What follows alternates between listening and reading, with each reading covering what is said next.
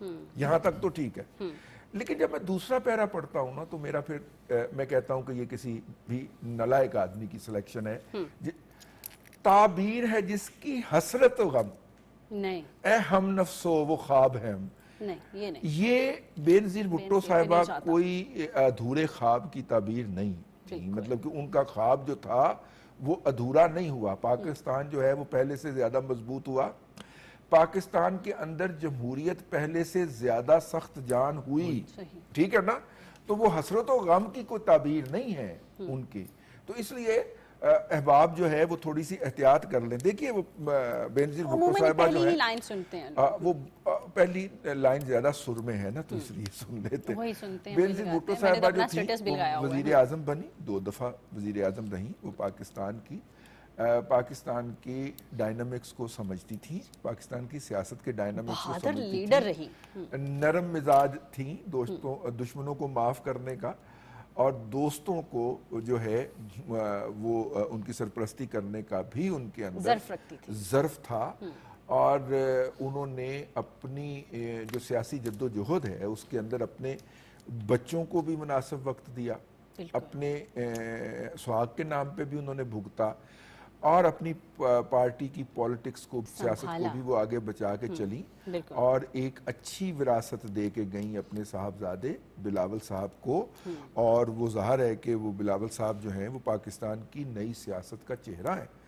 اور میرا مطلب ہے بہترین تربیت کی ہے. میں سمجھتا ہوں کہ آپ ہی دیکھیں, ایک ایسی خاتون, کہتے ہیں نا کہ گھر میں جیسے آپ کی میری بیوی ہے, آپ کی بیوی ہے, کوئی بھی کسی کا بھی لائف پارٹنر ہے, اگر وہ بیوی ہونے کے ساتھ ساتھ ورکنگ لیڈی ہو, جاب کر رہی ہو, بزنس کر رہی ہو, تو کتنا ہم گھر میں دیکھتے ہیں کہ اس کی مصروفیات کیسے ہوتی ہیں ورکنگ لیڈی کی. یہ لیڈی جو ہے شہید محترمہ بے نظیر بھٹو, ہاون جیل میں,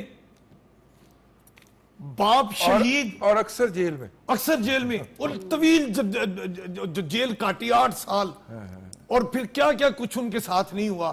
جیل میں بچوں کو لے کے جا رہی ہیں, گھر چلا رہی ہیں, ملک چلا رہی ہیں. خواتین کے لیے خصوصاً جتنے خوبصورت پلان محترمہ بے نظیر بھٹو شہید نے اپنے دور میں دیے, اور سب سے بڑا کریڈٹ جو میں دیتا ہوں, جس طرح ان کے والد محترم نے ایٹمی طاقت پاکستان کو بنانے کی جو بنیاد رکھی تھی, اس کے بعد آنے والے سب حکمرانوں کو کریڈٹ جاتا ہے کہ انہوں نے ایٹمی پروگرام کو جاری و ساری رکھا.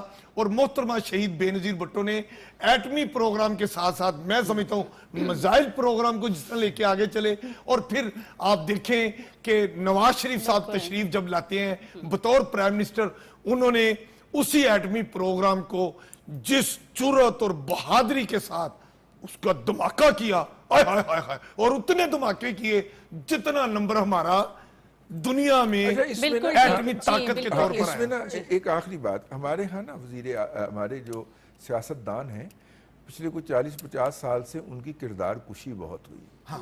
میں ایک بات کہا کرتا ہوں کہ پاکستان کے جتنے بھی سیاست دان ہیں, مطلب زرداری صاحب, نواز شریف, بے نظیر بھٹو, جتنے بھی ہیں, ان کے اوپر جتنے الزامات لگے ہیں کرپشن کے, میں پروو ہونے کی بات نہیں کر رہا, جتنے بھی آپ نے الزامات لگے ہیں, ان الزامات کو اکٹھا کر لیجئے, ان الزامات کو اکٹھا کر لیجئے. جتنی رقم کے الزامات لگے تھے نا, اس رقم کو اکٹھا کر لیں.